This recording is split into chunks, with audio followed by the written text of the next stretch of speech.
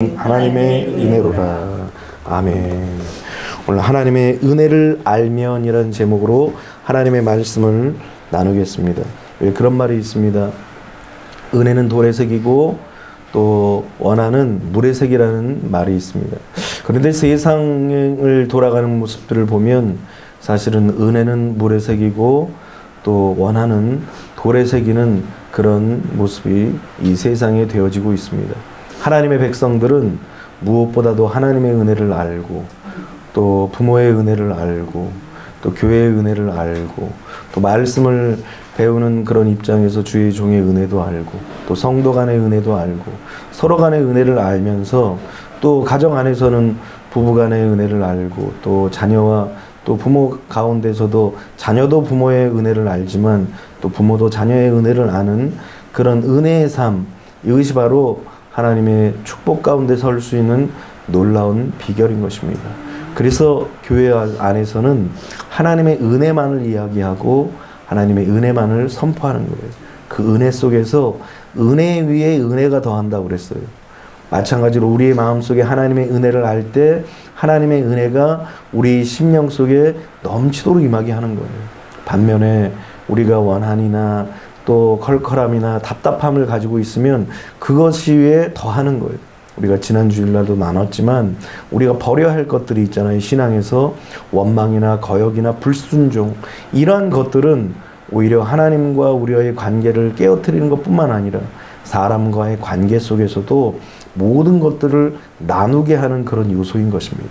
그래서 하나님의 백성들은 무엇보다도 은혜를 알고 그 은혜 가운데 거하는 것, 그것이 바로 축복의 비결이고 은혜 위에 은혜가 넘치는 놀라운 비결이라는 사실을 꼭 기억하시기를 주님의 이름으로 축원합니다. 사도 바울을 통하여서 우리가 참 배우면서 귀한 것은 그가 하나님의 은혜를 아는 사람이었다라는 것입니다. 하나님의 은혜가 아니면 우리는 한시도 살 수 없다는 사실을 우리가 깨닫지만 사도 바울도 그런 고백을 하나님 앞에 드리는 것입니다. 특별히 사도 바울은 자신이 받은 은혜를 감당할 수 없는 큰 사실이라는 사실을 그는 깨닫고 늘 고백하고 살고 있었던 것입니다. 그래서 사도 바울의 삶의 그 현실과는 다르게 사도 바울에게는 꼭 세 가지가 있었습니다. 뭐가 있었냐면 삶의 기쁨이 있었고 감사가 있었고 그래서 하나님 앞에 절대적인 충성이 있었던 거예요. 사실 사도 바울의 삶이 녹록한 삶이 아니었습니다. 그럼에도 불구하고 그는 기쁨과 감사와 그리고 충성이 넘치는 삶이 있었던 것입니다. 그것은 바로 하나님의 은혜를 알았기에 가능했던 거예요. 우리의 삶도 마찬가지입니다. 신앙생활을 하고 교회를 섬기고 헌신하고 믿음으로 달려나가는 것, 이 모든 것이 하나님의 은혜에서 비롯돼야 되는 것입니다. 그래야 하나님께 축복도 받는 것이고 하나님의 은혜 위에 은혜가 우리의 삶 속에 더해질 수 있는 것입니다. 오늘 하나님의 은혜를 알면 우리가 어떻게 되어지는가를 하나님의 말씀을 통하여서 이 사도 바울을 통하여서 오늘 배우면서 하나님께서 우리에게 주시는 그 말씀들을 깨닫게 되시기를 주님의 이름으로 축원합니다. 첫 번째로 하나님의 은혜를 아는 사람은 자신을 알고 겸손해진다는 것입니다. 여러분, 자신을 안다라는 것은 굉장히 중요합니다. 우리 존재라고 그러잖아요. 존재를 영어로 being이라고 얘기하는데 이것은 바로 존재한다라는 거예요. 내가 존재할 때 존재가 되어지는 것입니다. 그런데 나를 알 때 내가 존재하게 되고 그것을 한 존재라고 얘기하는데 내가 진정으로 존재하기 위해서는 나를 알아야 한다라는 거예요. 나를 안다라는 것은 무엇입니까? 내 자신을 속속들이 아는 거예요. 내 자신을 속속들이 알 때 무엇을 우리가 경험하게 되어지냐면은 하나님의 은혜가 있기에 여기까지 달려왔구나라는 사실을 깨닫게 됩니다. 우리 속을 어떤 노래 보니까 나도 나를 모르는데 넌들 나를 알겠느냐, 가사가 정확한지 모르겠지만 그런 노래 가사가 있습니다. 나도 나를 모르고 너도 나를 모르고 나도 너를 모르고 너도 너를 모르는 그러한 모습이 바로 인간의 모습입니다. 그런데 왜 인간이 스스로를 알지 못하고 또 자신을 알지 못합니까? 그것은 바로 하나님의 은혜를 알지 못하기 때문이라는 거예요. 하나님의 은혜를 알면 자기 자신을 발견하게 되고, 자기 자신을 발견한 사람은 또 겸손하게 된다라는 것입니다. 사도 바울이 자기를 알기 전에 자기는 하나님을 가장 잘 섬기는 자라고 생각했습니다. 자기는 유대인 중에 유대인이요 히브리인 중에 히브리인이라고 혈통 있는 자라고 생각했습니다. 자기는 똑똑한 사람이었고 많이 배운 사람이라고 생각했어요. 그런데 하나님의 은혜를 알고 자신을 안 그 이후부터 시작하여서 사도 바울의 고백은 바뀌었어요. 뭐라고 얘기하냐면 죄인 중에 괴수라는 거예요. 여러분, 우리가 알고 있는 뉴스에 또는 신문지상에 우리가 알고 있는 수많은 악인들이 있어요. 그런 사람들을 우리가 뭐라고 얘기하죠? 인면수심이라 그럽니다. 사람의 모양은 갖추고 있지만 그러나 짐승의 모습을 갖고 있다고 해서 인면수심이라고 얘기하는 것입니다. 그런데 사도 바울은 자기를 보면서 그런 모습이라고, 인면수심이라고 얘기하면서 죄인 중에 괴수라고 그렇게 고백합니다. 심지어는 만삭되어 나지 못한 자와 같이 평가합니다.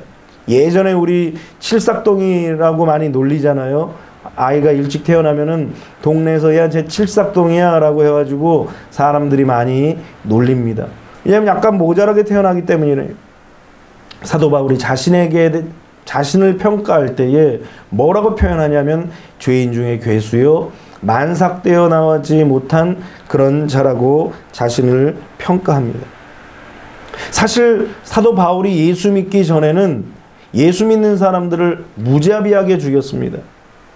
심지어는 살인 면허증을 받아가지고 어떻게 하면은 하나님의 그 마음에 합당한 자가 되어서 예수를 따르는 자들, 예수를 섬기는 자들을 어떻게 하면 괴멸시킬까? 그것이 바로 이 사도 바울의 모든 생각에 집중된 모습이었던 것입니다.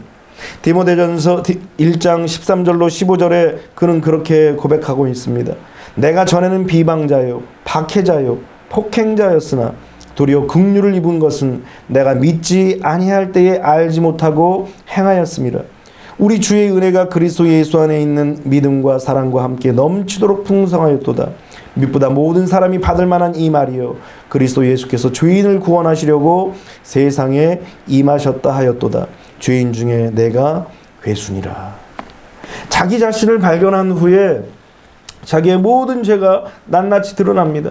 자기는 완전한 자고, 자기는 온전한 자고, 자기는 높이 서 있는 자라고 생각을 했는데 예수 그리스도의 은혜를 다 경험하고 나니까 자기의 모든 죄가 낱낱이 다 밝혀지는 거예요.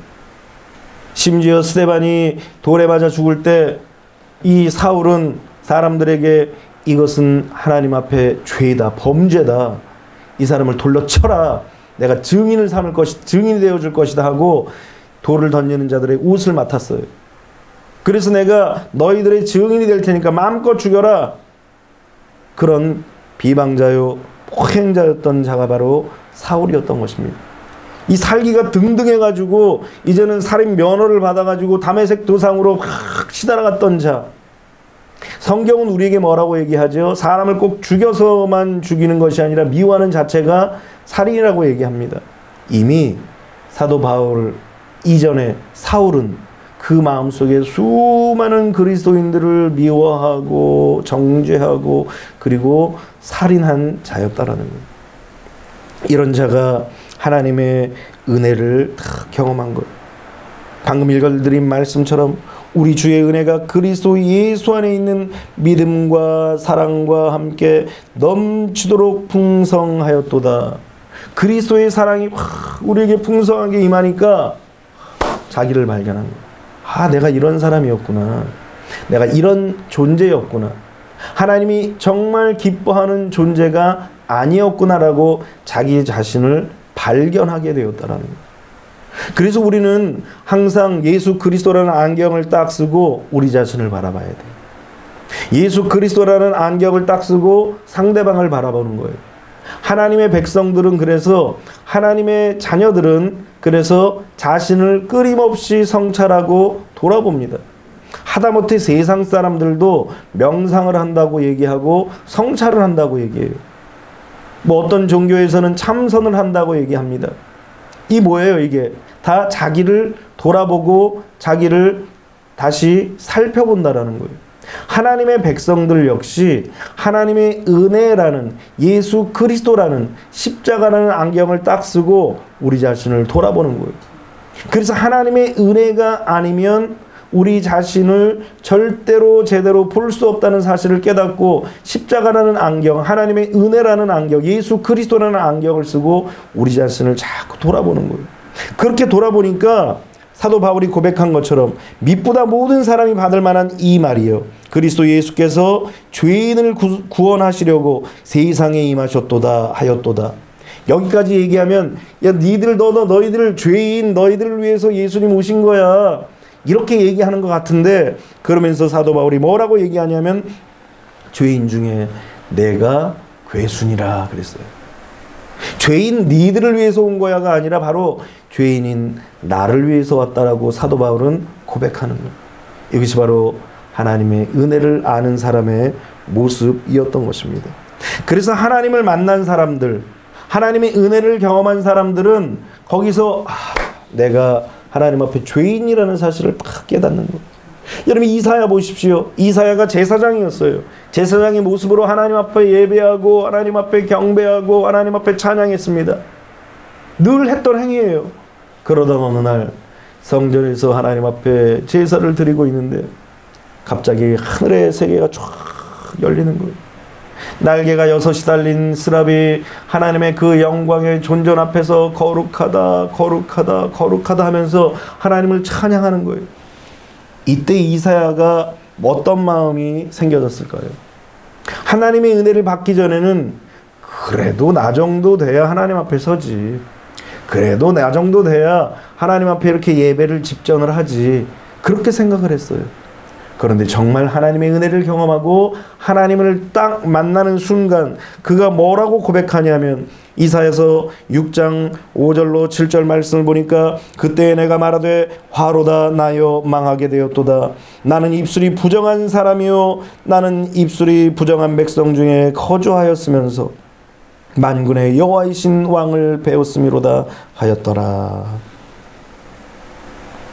여러분 하나님 앞에 이 이사야가 뭐 한두 번 예배를 드렸겠습니까?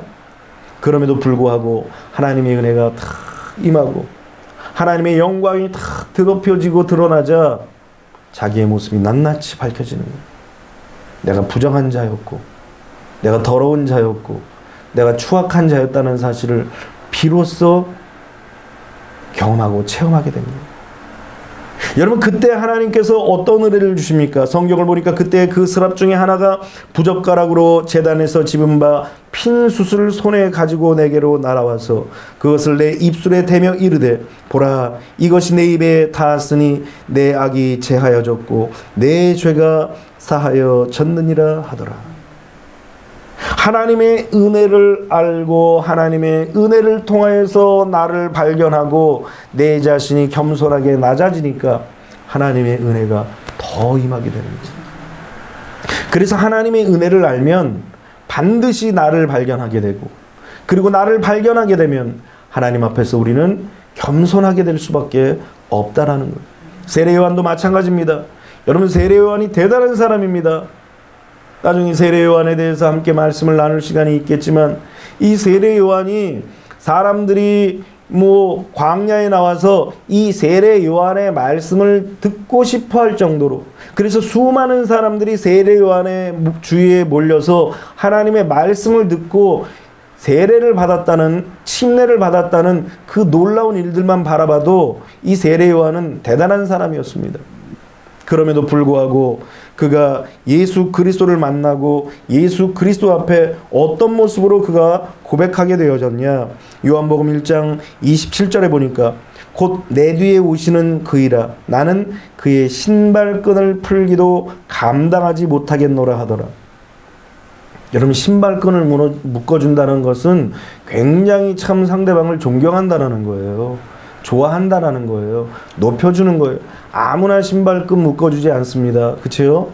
그래서 신발끈을 묶어주는 일들이 참 소중한 일이에요. 그런데 이 세례 요한이 뭐라고 얘기합니까? 그것조차도 자기는 할 수가 없다라는 거예요. 신발끈조차도 만질 수 없는 분이 바로 예수님이시라는 거예요. 그러니까 자기를 얼마나 예수님 앞에 낮춥니까? 자기를 철저하게 낮춰서 예수님은 하나님이시고 하나님의 아들이시고 나는 그냥 피조물인 미물에 불과하다는 사실을 세례 요한이 고백하는 거예요. 하나님의 은혜를 알기에, 하나님의 은총이 얼마나 크기에, 이것을 알기에 세례 요한은 이렇게 자신을 낮추고 겸손하게 할 수밖에 없었던 것입니다. 요한복음 3장 30절에는 사람들이 세례 요한에게 다 부추기고 그를 높여주니까 뭐라고 얘기합니까? 그는 흥하여야 하겠고 나는 쇠하여야 하리라. 예수님은 흥하시고 자신은 쇠하여지라는 것입니다. 왜 그렇습니까? 자칫하면 세례 요한이 너는 누구냐? 네가 메시아냐? 사람들이 세례 요한을 통해서 네가 메시아냐 혹시? 사람들이 왜 세례 요한에게 찾아갑니까? 아, 저 사람이 메시아인가 보다.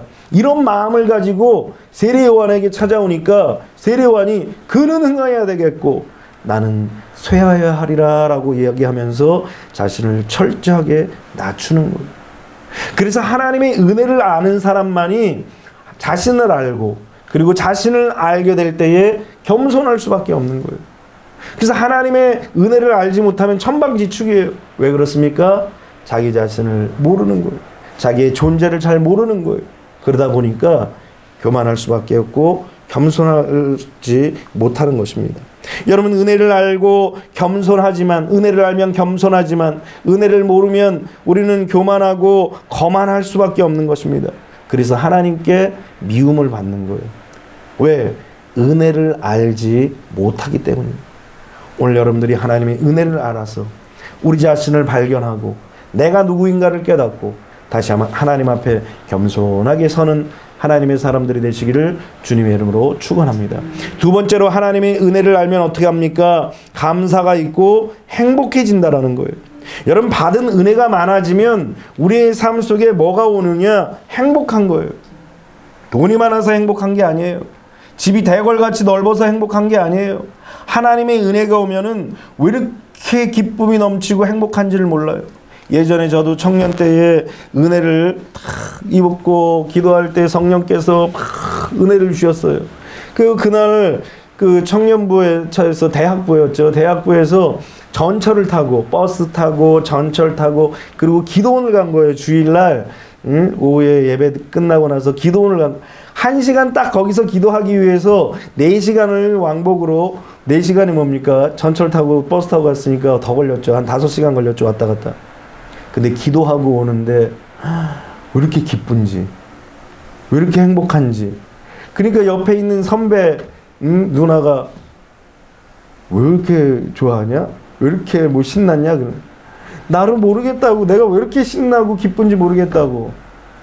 그냥 막 들떠서 그런 게 아니라 막 그 기쁨이 막 넘치는 거예요. 막 전철 타고 오는데 막 싱글벙글 다들 맹송맹송하는데 막 혼자 막 그냥 웃으면서 뭐가 세상에 뭐가 좋다고. 그때 당시 재수할 때였는데. 그럼에도 불구하고 하나님께서 기쁨을 주시는 거예요. 하나님의 은혜가 무엇이냐면 우리에게 행복으로 다가오는 것입니다.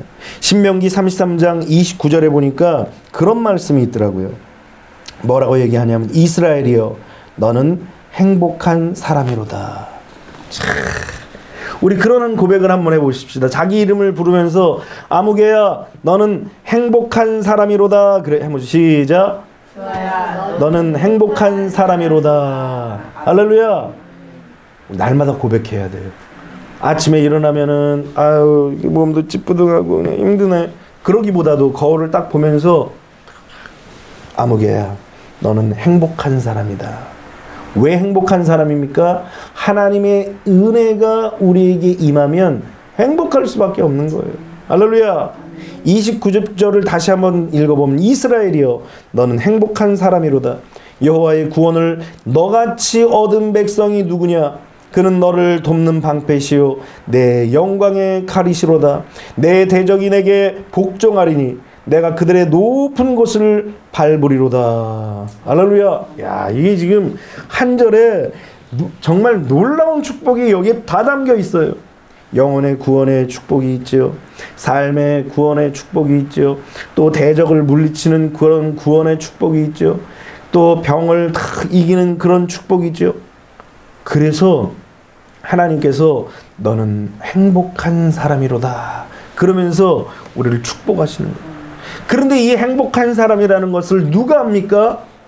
은혜를 아는 사람만이 행복한 사람이라는 걸 알아요. 나는 불행해. 나는 안 돼. 나는 힘든 사람이야. 내 앞길은 칠흑같이 어둡고 캄캄해. 내 미래는 안 보여. 이게 뭡니까? 하나님의 은혜를 알지 못한 사람이기 때문이라는 거예요. 하나님의 은혜를 아니까 내 형편, 내 상황, 내 사정, 내 지금 모습 이것과는 상관이 없이 하나님이 주시는 은혜 때문에 행복이 일어나는 거예요. 하나님의 은혜 때문에 미래가 보이는 거예요. 하나님의 은혜 때문에 우리의 인생의 길이 보이는 거예요. 하나님의 은혜가 없으면 어떻게 인생의 길이 보일 수 있습니까? 절대로 보일 수가 없는 거예요. 이렇게 행복해지면은 무엇이 생겨져요? 우리의 마음속에 감사가 있는 거예요. 그래서 하나님의 은혜를 우리가 소유했느냐 소유하지 않았느냐의 그 척도가 뭐예요? 그 마음속에 감사라는 거예요. 저도 마찬가지예요. 주의 종도 하나님의 은혜가 좀 싹 사라지려고 그러면은 벌써 불평부터 나와요.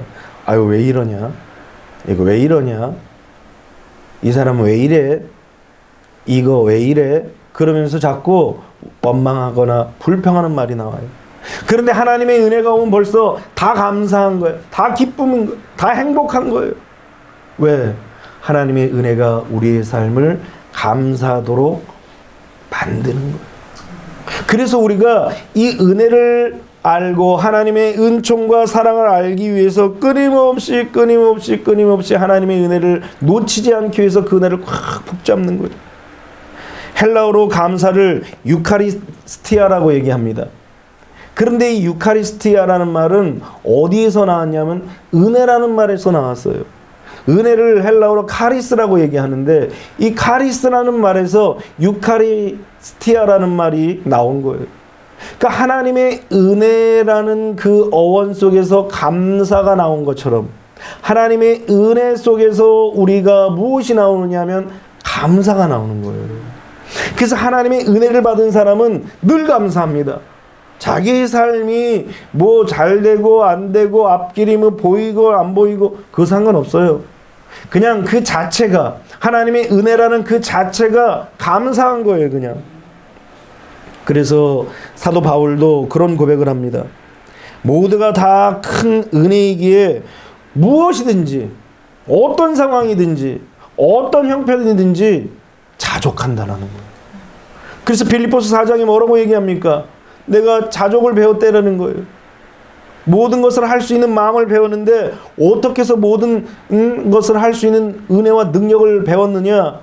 가난하기도 하고 부하기도 하고 이것저것 다 경험해 보고 나서 아 이것이 바로 하나님이 나에게 주시는 자족의 은혜다. 모든 것을 할 수 있는 능력이다. 그러면서 오직 하나님 앞에 감사로 영광을 올려드린 거예요. 그러니까 하나님의 백성들은 내가 지금 눈에 보이는 것, 그냥 귀에 들리는 것, 손에 잡혀지는 것, 그냥 느껴지는 것 그대로 살지 않아요. 뭘로 삽니까? 하나님의 은혜로 사는 거예요. 아브라함을 보십시오. 아브라함이 눈에 보이지 않고 귀에도 들리지 않고 마음으로 느껴지지 않을 때 하나님께서 부르십니다. 아브라함아 저 하늘을 봐라. 저 별을 봐라. 저 별을 세봐라. 그러자 아브라함이 별 하나 나 하나 별둘 나둘 그러면서 세는데 하나님 도저히 못 세겠어요.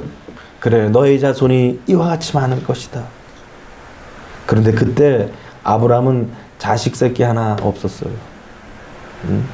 그럼에도 불구하고 하나님께서 그렇게 말씀하시니까 그 마음속에 믿음으로 꽉 찬 거예요. 그런데 하나님께서 그것을 아브라함의 의로 여기셨다라는 거예요. 하나님의 말씀을 믿고 그것을 은혜라고 생각하고 감사하고 감격하고 그 속에서 행복을 느낄 때 하나님께서는 아브라함을 인정하시고 의롭게 여기시고 그를 축복하셨던 거예요.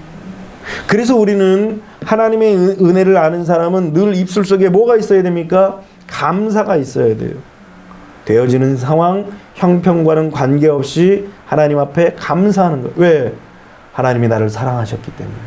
하나님이 나에게 주신 은혜가 너무나 크기 때문에. 죄인 중에 괴수인 나를 이렇게 건져주시고 죄를 사해 주시고 예수님을 바라보게 하신 그 놀라운 은혜가 얼마나 큰지를 우리가 깨닫고 감사해야 하는 것입니다. 오늘 사도 바울도 본문에 뭐라고 고백합니까? 10절 말씀을 보니까 그러나 내가 나 된 것은 하나님의 은혜로 된 것이니 내게 주신 그의 은혜가 헛되지 아니하여 내가 모든 사도보다 더 많이 수고하였으나 내가 한 것이 아니요 오직 나와 함께 하신 하나님의 은혜로라 그랬어요. 내가 한 게 아니라는 거예요. 여기까지 그렇게 고통스럽게 달려왔지만 그러나 그것이 결단코 내가 한 것이 아니라는 거예요. 여러분 사도 바울의 이야기를 가끔씩 읽어드리지만 이 고린도후서 11장에 나온 그 사도 바울의 이야기를 보면 참담합니다. 다시 한번 보면은 22절 중간부터 한번 읽어봅니다. 그들이 히브리인이냐 나도 그러하면 그들이 이스라엘이냐 나도 그러하며 그들이 아브라함의 후손이냐 나도 그러하며 그들이 그리스도의 일꾼이냐 정신없는 말을 하거니와 나는 더욱 그러하도다.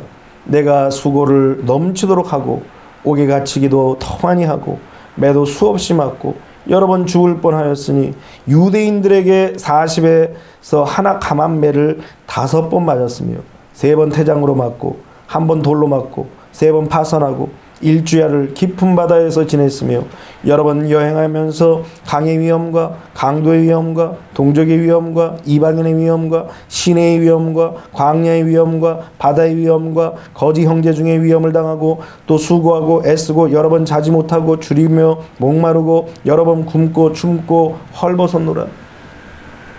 사도 바울의 이 고난은 사람이 살면서 뭐 솔직히 여기서 위험이라는 것은 죽을 위험이에요. 그런데 사람이 한 번쯤 죽을 위험을 안 겪은 적이 어디 있습니까? 그럼에도 불구하고 성경에 다른 사도들의 이야기들이 자세하게 기록되지 않습니다. 왜 그러느냐? 주를 위해서 수고하고 애쓴 위험만이 하나님이 기억하시는 위험이에요. 우리가 그냥 일상생활 속에서 다치고 부러지고 뭐 깨지고 그것은 하나님 앞에서 사실 기억되는 아픔이 아니에요. 그런데 이 바울은 자기가 그냥 개인적으로 당한 위험은 빼고 오직 복음을 위해서 하나님의 나라와 의를 위해서 수고하고 애쓰고 고통당하고 위험한 일만 기록된 게 이거예요. 축약해가지고 자세하게 얘기도 안 합니다. 다른 성경의 말씀을 읽으면 자세한 이야기들이 나오지만 여기에서 자세하게 얘기도 안 합니다. 크게 그냥 얘기했는데 이런 큰 엄청난 위험 속에서 살았던 것이 바로 사도 바울의 삶이에요. 그런데 이 사도 바울이 뭐라고 고백하냐면 12장 1절에 보니까 무익하나마 내가 부득불 자랑하노니. 야, 앞절에서 지금 고난과 시련, 내가 이렇게 큰 위험 속에 있는데 사도 바울이 이야기하는 것은 내가 자랑할 것밖에 없다라는 거예요. 뭘 자랑하냐? 주의 환상과 계시를 말하리라. 지금 이런 어려움과 시련과 역경이 있지만 그러나 그게 중요한 게 아니라 내가 자랑할 게 있는데 그것이 바로 하나님이 주신 환상과 계시다라고 얘기합니다. 우리가 하나님의 은혜를 받은 사람은 자랑할 것이 주의 환상과 계시뿐인 거예요. 우리가 자랑할 것이 무엇입니까? 하나님께서 나에게 주신 은혜, 하나님께서 나에게 주신 말씀, 하나님께서 나에게 주신 그런 은총, 이런 것들이 바로 우리가 감사하고 자랑할 일들이라는 거예요. 이것이 있을 때 비로소 우리의 삶 속에서 감사가 넘치는 거예요. 아니 뭐가 감사하냐고 우리가 생각하지만 우리 자신을 낱낱이 살펴볼 때 하나님 앞에 감사하지 않을 일이 하나도 없는 거예요. 다윗 보십시오. 다윗도 시편 57편에 보면 사울이 자기를 잡으러 동굴로 딱 들어왔을 때 다윗이 얼마나 당황했겠어요. 그럼에도 불구하고 그 속에서 구원하시고 건져주신 하나님의 은혜를 생각하면서 그가 뭐라고 고백합니까? 시편 57편 6절로부터 보니까 그들이 내 걸음을 막으려고 그물을 준비하였으니 내 영혼이 억울하도다. 그들이 내 앞에서 웅덩이를 팠으나 자기들이 그 중에 빠졌도다. 하나님이여 내 마음이 확정되었고 내 마음이 확정되었사오니 내가 노래하고 내가 찬송하리로다. 내 영광아 깨일지어다. 비파야 수금아 깨일지어다. 내가 새벽을 깨우리로다. 주여 내가 만민 중에서 주께 감사하오며 문나라 중에서 주를 찬송하리이다. 무릇 주의 인자는 커서 하늘에 미치고 주의 진리는 궁창에 이르나이다. 하나님이여 주는 하늘 위에 높이 들리시며 주의 영광이 온 세계 위에 높아지기를 원하나이다. 지금 다윗은 쫓기고 있어요. 그런 상황에서 동굴에 잠깐 들어왔는데 사울이 싹 들어온 거예요. 얼마나 당황스럽습니까? 어찌 보면 하나님 해필 그 많은 동굴에 나중에 여러분들 우리 함께 가보면 알겠지만 굴이 많아요. 굴이 많은 지역입니다. 그런데 하필 거기 그굴로 들어와. 하필 원망할 수밖에 없잖아요. 하나님 어떻게 그럴 수 있습니까? 아니 수백 개의 굴이 있는데 왜 하필 이 굴에 들어옵니까? 그러고선 이제 나가면 어우 다행이다. 하나님 그럴 수가 있습니까? 어떻게 나한테 이렇게 얘기할 수 있는 상황인데 오히려 이 다윗은 뭐라고 고백합니까? 그들은 나를 막기 위해서 그물을 준비하고 웅덩이를 팠으니 얼마나 억울해요. 내 영혼이 억울하도다 그런 얘기합니다. 그런데 그 가운데서 자기들이 그 중에 빠졌도다라고 하나님의 섭리와 하나님의 은혜를 이 다윗이 발견한 거예요. 그러니까 은혜를 아는 사람만이 감사할 수 있는 거예요. 그러면서 내가 찬양하고 경배하고 주님을 높이고 새벽을 깨우고 하나님 앞에 찬송하고 감사하고 주의 영광은 하늘에 미치고 뭐 입이 마르도록 하나님 앞에 경배와 찬양과 감사를 올려드리는 거예요. 오늘 우리의 삶 속에서도 정말 입이 마르도록 하나님을 높이고 입이 마르도록 하나님을 찬양하는 거룩한 주의 백성들이 다 되시기를 주님의 이름으로 축원합니다. 그러려면 하나님의 은혜를 알아야 돼요. 오늘 여러분들이 하나님의 은혜를 알고 감사하시기를 주님의 이름으로 축원합니다.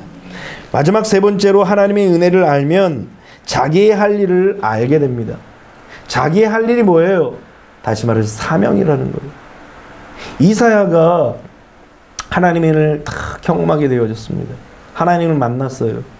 그런데 화로다 나여 내가 망하게 되었도다. 내가 죽게 되었도다. 그러면서 한탄하자 스랍이 제단에 있는 숯불을 가지고 이 이사야의 입술을 딱 찢었습니다.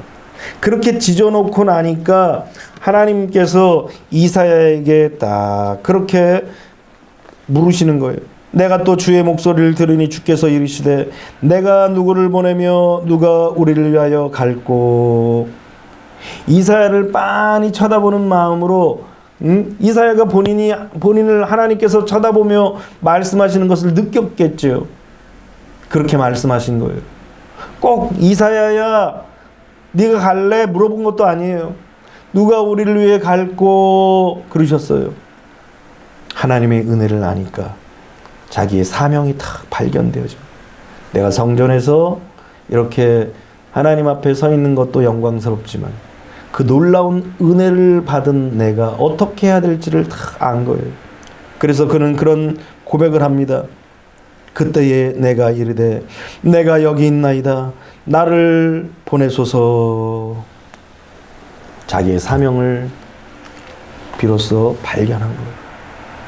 하나님의 은혜를 아는 사람은 내가 무엇을 해야 될지, 어떤 일을 해야 될지, 무엇을 향해 나아가야 될지를 아는 인생이에요. 그래서 예수 그리스도를 만나는 것은 삶의 의미를 찾는 것이라고 얘기합니다. 삶의 의미를 찾는 것, 수많은 사람들이 삶의 의미를 찾고 자기의 목적을 향해서 달려가겠지요. 그러나 진정으로 삶의 의미를 깨닫는 것은 내가 어디에서 와서 그리고 무엇 때문에 사는지를 알아야 돼요. 그리고 무엇 때문에 살다가 어디로 가는지를 분명하게 아는 삶. 그래서 처음 시작부터 중간 과정과 그리고 마지막 끝까지 우리가 어떤 삶을 향해서 달려가야 될지를 아는 인생. 그런 인생이 바로 하나님의 은혜를 경험한 인생이라는 거예요. 오늘 우리가 하나님의 말씀을 배우고 하나님의 은혜를 받기를 원하는 가장 큰 이유 중에 하나가 무엇입니까? 하나님의 은혜로 말미암아 우리가 변화되어져서 우리의 삶의 분명한 목적과 사는 의미와 사명을 깨닫는 것, 이것이 바로 하나님의 은혜를 받는 이유 중에 가장 큰 이유 중에 하나인 거예요. 오늘 우리가 살면서 내가 왜 살지? 내가 뭐 때문에 살지? 이런 질문에 답을 하지 못한다면 우리는 하나님의 은혜 앞에 다시 한번 무릎을 꿇어야 돼요. 그래서 과연 내가 하나님 왜 이 땅에 살고 있습니까? 하나님 왜 내가 살아야 됩니까? 하나님 내가 무엇 때문에 살고 있습니까? 내가 지금 어디를 향해서 가고 있습니까? 끊임없이 하나님 앞에 기도할 때 우리 자신에게, 우리 스스로에게 질문해야 돼요. 그래서 내가 내 자신의 삶의 과정과 삶의 방향을 발견했느냐? 아니면 발견하는 과정이냐? 아니면 아직도 발견하지 못했느냐? 이것을 내 스스로가 찾아야 돼. 하나님의 은혜를 통하여서. 하나님의 은혜라는 안경을 다시 쓰고 그리고 내 사명과 내가 할 일들이 무엇인가를 다시 발견해야 한다는 것입니다. 이 사도 바울도 하나님의 은혜를 깨닫고 보니까 일생 빚진 자라는 거예요. 아유, 무슨 돈을 그렇게 많이 줬길래 그냥 빚을 줬다고 얘기합니까? 요새는 빚지는 것도 능력이라고 얘기하는데 은행에서 대출 안 된대요. 뉴스에서는 뭐 대출 해준다, 규제 풀어준다 그러지만 실제로 보면은 이제 풀어준다 그리고 바로 받는다 이렇게 얘기를 하고 있어. 지금 네이버에서 보니까 풀어주는데 다 바로 받겠다는 거예요. 그래서 이제는 원금과 이자를 같이 이제는 갚아야 되는 그런 상황이 되어버리고 만다라는 거예요. 뭐 빚이 천조라니까 뭐 말 다 했죠, 나라가. 그런데 오늘 하나님의 은혜를 입은 사람들은 뭐예요? 빚진 자라는 거예요. 말만 들어도 무거운 것 같고 말만 들어도 힘든 것 같아요. 그런데 사도 바울이 빚졌다라고 이야기하면서 하나님 앞에 그렇게 고백하는 거예요. 야, 놀라운 하나님의 은혜를 경험하고 나니까 내가 빚진 자라고 고백하면서 빚진 자의 삶을 살아야 한다라고 사도 바울이 그렇게 고백하는 거예요. 로마서 1장 14절 말씀을 보니까 헬라인이나 야만인에게나 지혜 있는 자나 어리석은 자에게 다 내가 빚진 자라. 하나님의 은혜를 딱 깨닫고 나니까, 하나님의 은혜를 딱 경험하고 나니까 헬라인이나 야만인이나 친구에게 아니면 이스라엘 유대인에게 뭐 이랬으면 또 혹시 이해가 돼요. 근데 헬라인이나 야만인이나 이 뭐예요? 이방인들 아무런 상관이 없는 이방인들이에요. 그런데 그 이방인들에게 내가 다 빚진 자라 그랬어요. 왜 빚진 자라고 얘기합니까? 하나님의 은혜, 예수 그리스도의 은혜, 죄사함의 은혜, 놀라운 하나님의 사랑, 이것을 경험하고 나니까 내가 빚졌구나, 믿지 않는 자들에게 빚졌구나, 이런 마음으로 빚진 자의 삶을 살면서 스스로 모든 것을 포기하고 스스로 종이 되었다라는 거예요. 그래서 하나님의 은혜를 깨달으면 깨달을수록 어떤 마음을 갖게 되느냐? 빚진 자의 마음으로 살아가는 것입니다. 로마서 8장 12절에도 그런 고백을 합니다. 그러므로 형제들아, 우리가 빚진 자로 돼 육신에게 져서 육신대로 살 것이 아니니라. 우리가 빚진 자라는 거예요. 가장 크게는 누구에게 빚졌어요? 하나님께 빚을 진 거예요. 예수 그리스도라는 그 엄청난 그 생명을, 영원하신 존귀하신 그 생명을 우리에게 주신 거예요. 그 값은 우리가 갚을 수가 없는 거예요. 우리가 민수기서를 읽어봤지만 이스라엘 백성들이 얼마나 하나님 앞에 범죄합니까? 우리도 그런 자들이에요. 하나님께서 그런 자들을 그냥 막 다 바로바로 심판하셔요. 땅이 막 쩍 갈라져서 그들을 삼키고, 막 불이 내려가지고 그들을 다 태워버리고, 연병을 내려가지고 그들을 다 죽여버리십니다. 그런데 그들을 보니까 그들보다 우리가 나아요, 좀 사실은. 그러면 벌써 땅이 쫙 갈라져 그냥 바로 파묻혀야 돼요. 하늘에서 불이 내려갖고 다 살아버려야 돼요. 그냥 연병이 걸려갖고 그냥 지금 코로나 때문에 수많은 사람들이 다 그러는데 뭐 아는 족족 다 걸려봐야 돼요. 그런데 하나님께서 왜 우리를 이렇게 살려주시고 건져주십니까? 왜 이렇게 예수 그리스도를 만나서 죄를 고백하게 하시고 사죄를 받게 하시고 그 범죄 속에서도 우리를 건져주시고 하나님을 알게 하시고 하나님의 사랑을 경험하게 하십니까? 그것이 은혜라는 거예요. 이유가 없어요. 이유가. 왜 그래요? 뭐 하다못해 은행에서 대출을 받으려면 뭐 이유가 있으니까 주잖아요. 그냥 주진 않잖아요. 하다못해 그런데 하나님 이 놀라운 큰 은혜를 도대체 왜 주셔요? 이유를 알 수 없어요. 그것이 바로 은혜라는 거예요. 값없이 주시는 것, 갚을 길 없는데도 주시는 것, 그것이 은혜라는 거예요. 이 은혜를 딱 깨닫고 나니까 사도 바울도 그렇게 고백한 거예요. 형제들아, 우리가 빚진 자로 돼 육신에게 져서 육신대로 살 것이 아니니라. 이제는 육신대로 사는 삶이 아니라는 거예요. 하나님이 우리에게 주신 사명, 하나님이 우리에게 주신 해야 할 일들이 우리에게 있더라는 것입니다. 그래서 사도 바울은 이것을 깨닫고 하나님의 은혜 때문에 죽도록 충성을 다한 거예요. 오늘 우리도 마찬가지예요.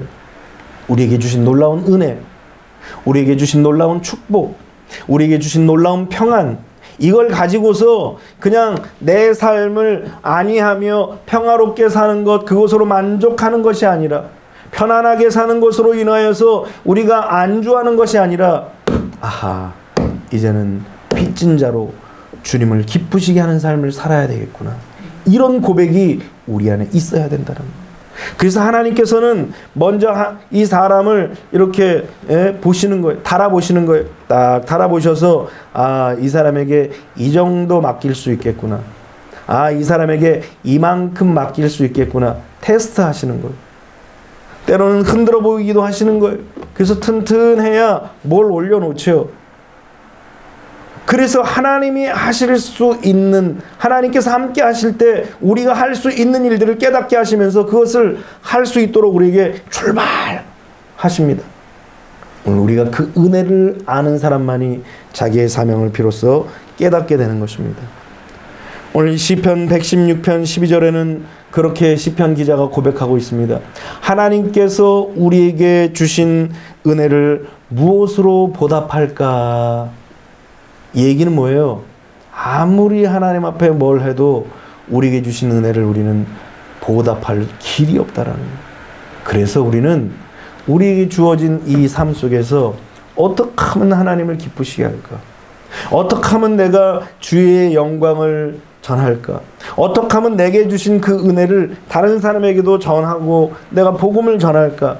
이것이 바로 우리가 가져야 될 마음이고 우리 은혜를 받은 사람들의 삶의 모습이 되어야 한다는 것입니다. 오늘 사도 바울은 그렇게 고백하고 있는 거예요.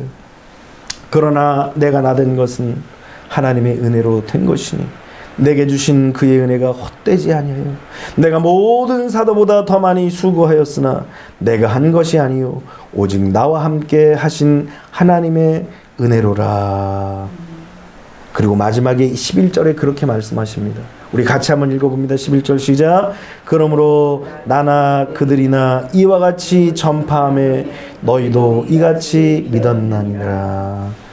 이렇게 사도 바울이 전함으로 말미암아 여러분들, 저와 여러분들이 다 예수 그리스도를 믿게 된 거예요. 그러니까 우리가 어떻게 해야 돼요? 우리도 똑같이 그 은혜를 생각하면서 주의 복음을 전해야 돼요.